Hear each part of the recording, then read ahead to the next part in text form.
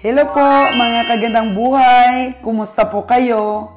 Natapos po ang ating livestock sipatan serye. Ngayon naman po ang vlogs natin ay tungkol sa ating bagong ventures, ang pag-aalaga ng mga inahing baboy. Likewise po, isasabay natin sa ating cattle fattening. Noong una po, nangangapa pa tayo sa sistema ng pagpapakain sa ating mga baka. Pero, napag-aaralan po ang lahat. Kaya, I'm sure, kayang-kaya din natin ang babuyan. Kung gusto po nating pasukin ang ganitong ventures, ano po ba ang dapat nating unang gawin? Sabay po tayong matuto mga kagandang buhay at lagi niyo po sana kaming samahan sa tsikahan at sa kwentuhan dahil ang kaalaman mula sa inyo ay magiging gabay din sa aming pagkatuto. Kaya welcome po kayo dito. Welcome po yung mga comments nyo. Very appreciated. Masaganang kita at mga pagpapala. Enjoy watching mga kagandang buhay!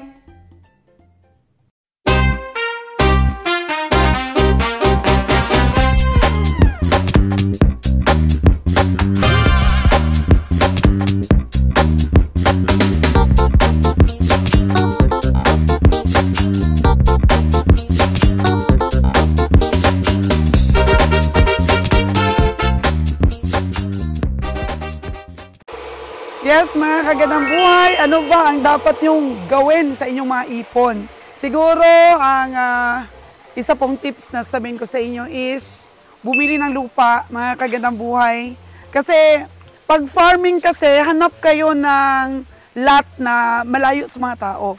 Kagaya po, napaka-bless namin dito dahil wala po kaming kapitbahay. So, yun pong una nyong gawin, maghanap ng lote na wala kang magiging problema sa bandang huli. Kasi nung una naming paggawa ng puguan ni Ron, doon po kami sa kabilang lot namin, ako, nireklamo po kami, mga kagandang buhay. So, lumipat po kami dito. Kaya very blessed po na nakita namin itong lot na to. So, ito na po ang babuyan natin in the making. So, una po, pinasukat po namin ito, pinarelocate para malagyan po natin ng pader. And then, puro bakal po ang ating gagawin.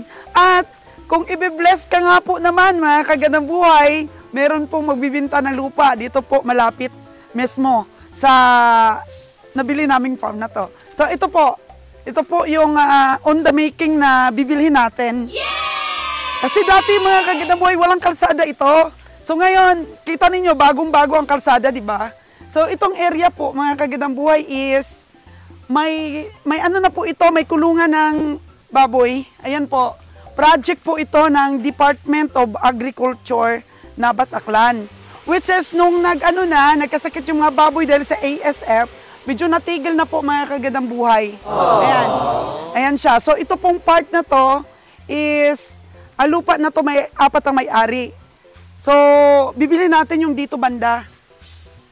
Ang area po nito is 5,400 square meter at siguro mapunta sa isang parte is mga 1,300 square meter.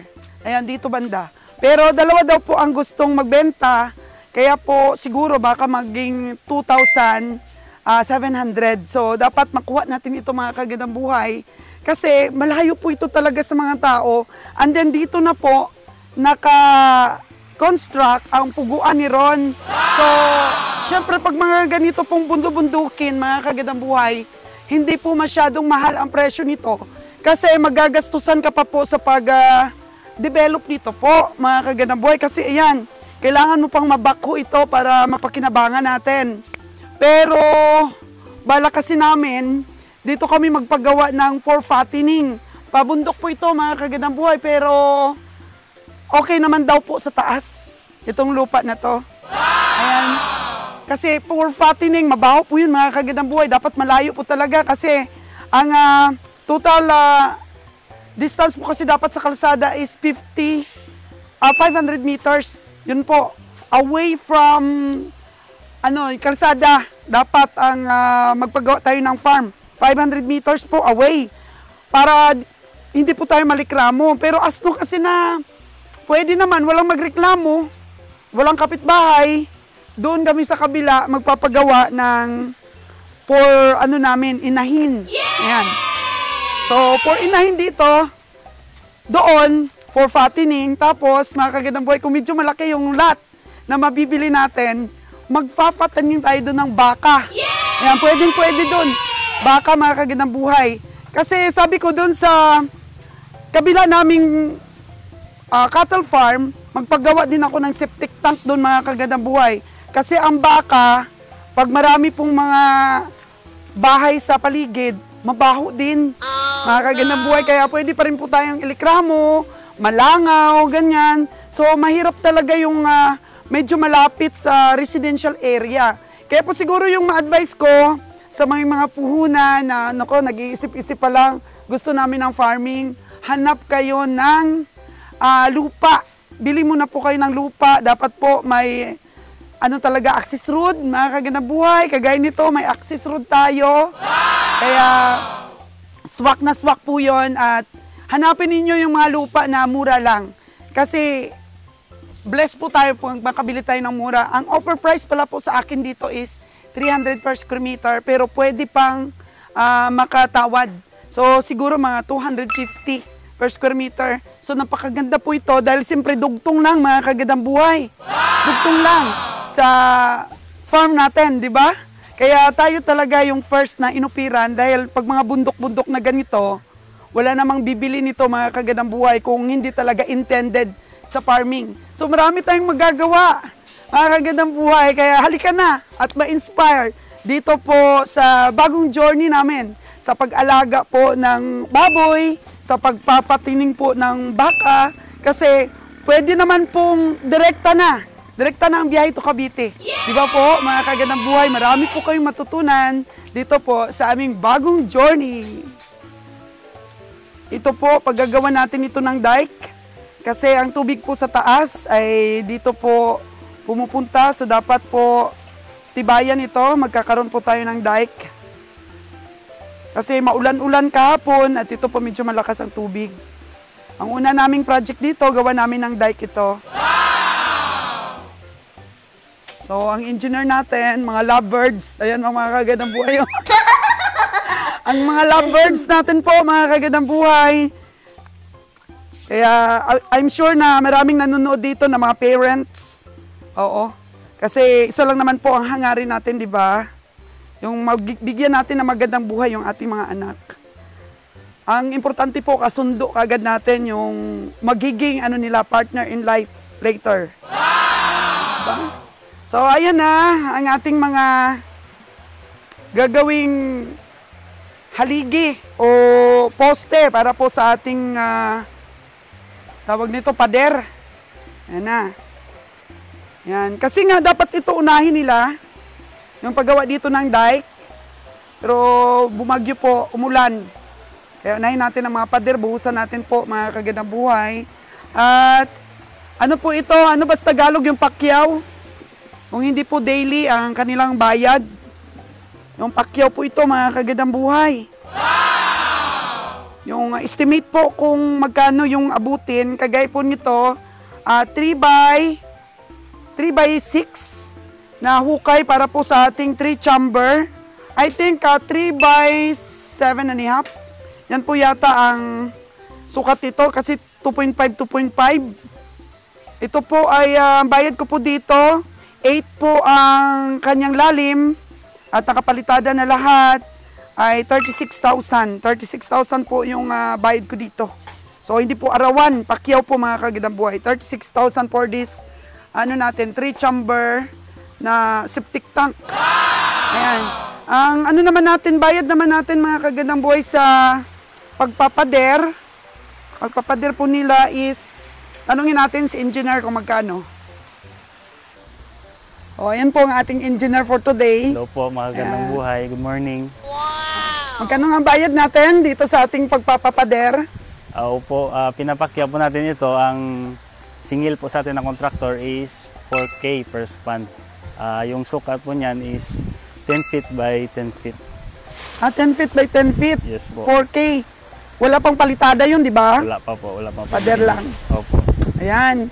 So, bakit mo naisipan na ipapakyaw na lang ito? Mas maganda po yung pakyaw kung gusto nyo po yung mabilisan. Di ba tayo lugi? Hindi naman po kasi mabait po yung ating kontraktor.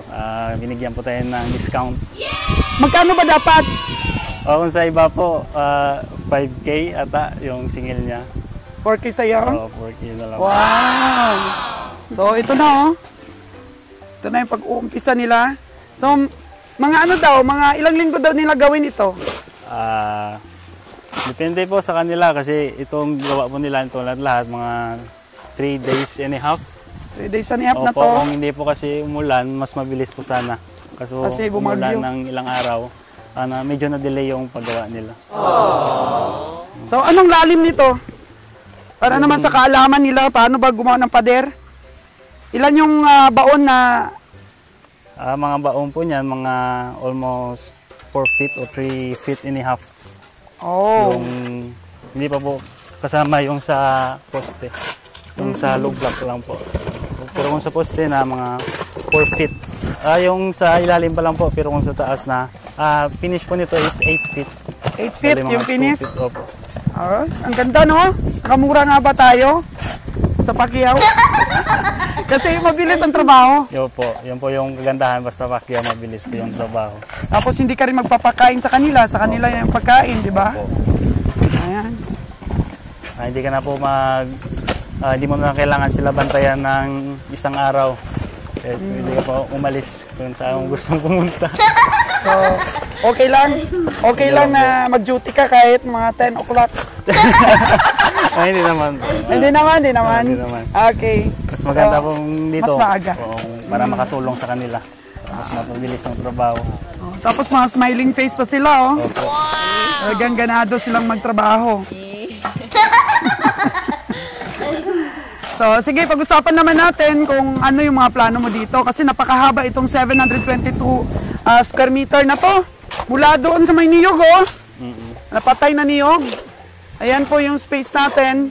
So, paano natin gagawin ang ating mga kulungan? Yes po, yung kulungan po na design natin is dikit po dito sa pader. Isang hilera lang po dito hanggang doon. Pahaba pala, parang highway. Para magamit po natin yung space na maganda. At pabayaan naman po natin dito na malapat sa kabila. O baka sa huli, pwede po natin lagyan for patining sakali. Kung okay, kung walang amoy yung ating babuyan. So, laki ng septic tank mo. Yes po. Anong diskarte para yung doon sa malayo na yon? Kanal lang? Kanal na lang po.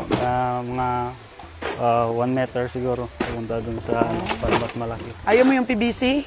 Hindi po. Kasi yung downside sa PVC is mahirap i-maintenance kapag merong bara. Kasi medyo maliit yung butas. Tapos mahirap i-open. Hindi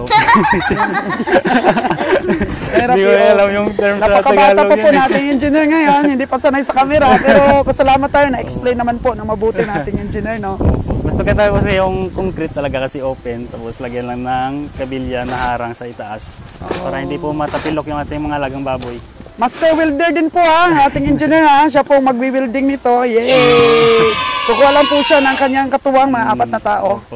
Master welder po yan at ang specialty po niya mga stainless. Pero di ba atubo lang na hindi stainless, baka lang gamitin natin. Yes po, GI po yung gagamitin natin dito, mga 3/4 and 1 inch. Di ba? Para po sa ating mga pen, para sa mga inahing baboy. Kaya good ang pagpili ng magiging husband to be. Kasi may abilidad, di ba, mga kaganaboy? Magamit talaga natin dito sa farming, saka sa mga projects natin. Kasi kung nag-asawa ng doktor si Trace, walang alam yun dito. So hindi akma or hindi bagay. Di ba? Bagay pala sa course ni Trace kasi siya pharmacist, di ba? Pero mas maraming pera dito sa farming pagka Pharmacist. Pharmacist na siya. Pharmacist ako si Elijah. Pharmacist. So, yan, mga kagandang buhay, ang ating gawing project dito. So, tabayanan nyo po ito. Hanggang dito pa po kasi, ang haba. Ang haba. So doon po sa may pinakadulo, gagawa kami doon ng budiga. Budiga, di ba? Engineer natin? Opo, budiga po yan. Yan po yung magandang suggestion ni Kabiyahing Roger para mas malapit po sa daanan. Hindi na po i-hauling papunta sa budiga kung malayo. So dito ka gagawa ng entrance? Opo, dito po na makakasya po yung sasakyan para diretsyo na lang baba dyan sa ating bodega. Kahit maliit yung space natin, Yes, kung po. naplanuhan ng mabuti, Opo. parang ang galing, no? So dito naman sa dike, ano ang magandang gawin dito? At sabi mo, dito ka magpagawa ng opisina eh. At the same time, pwede ka makatulog, no? Pag nanganak yung ating mga inahin. Opo, kailangan po talaga na magstay dito kasi mas maganda po kung dito po tayo. Hands-on. Opo, hands-on tayo dito sa Bating Babuyan. Oh, kaya mo na ba yung amoy ng babuyan? Yes po.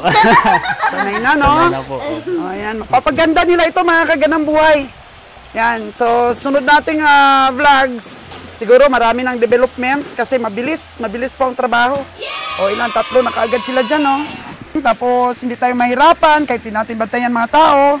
Yun ang advantage. O, ikaw naman nag-suggest niyan. So, siyempre, pinagkatiwala namin ang trabaho sa'yo. Thank you po. Panindigan mo daw yan. Thank you po. Ayan, nakakatuwa, mga kagandang buhay. Itong mga, full of energy natin ng mga kabataan, di ba? Tayo, na lang, guide. Guide na lang tayo, pero mas maabilidad pa po sila. O, nagpa-cute ng Tracy, oh.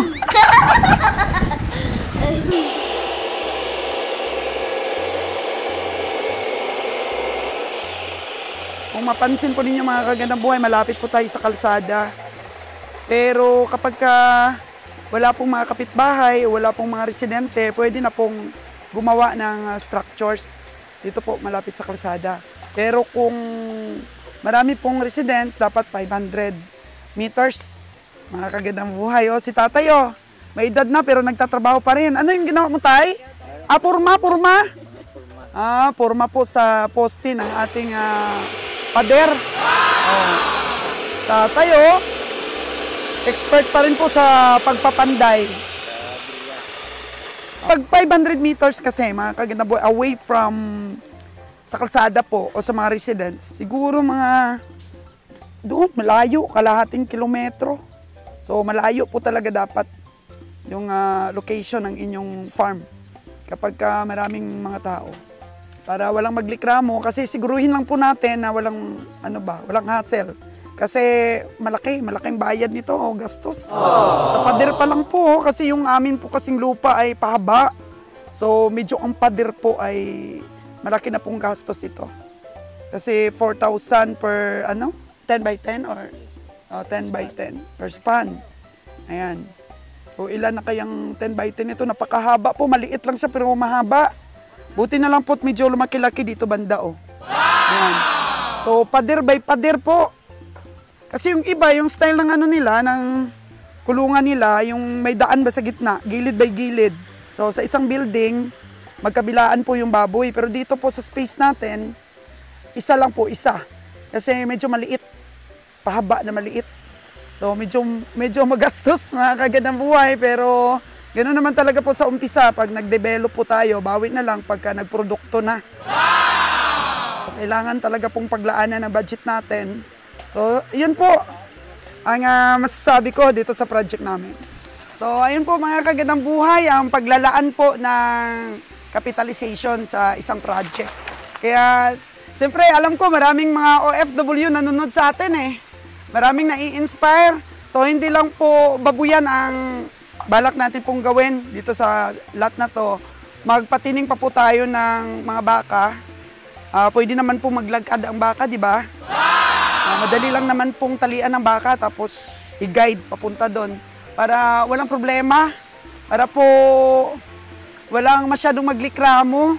Kaya siguruhin lang po natin yung mga septic tank natin kapag may alaga po tayo para mahirap kasi yung unang building na ginawa namin ni Ron, medyo nalikramo po kami. Kaya sayang po ang investment pagka ganyan pong may mga likramo.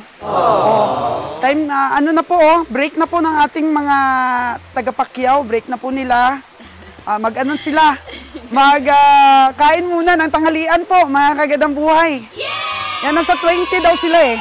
Para mabilis gawin. 20 po sila. Kaya yan mga Kaganda Boys, sa sunod natin na vlogs, update ko po kayo ulit kung paano po natin gawin ito, kung magkano po yung magagastos natin. At puntahan din natin at silipin yung mga bagong itik ni Ron. Tara!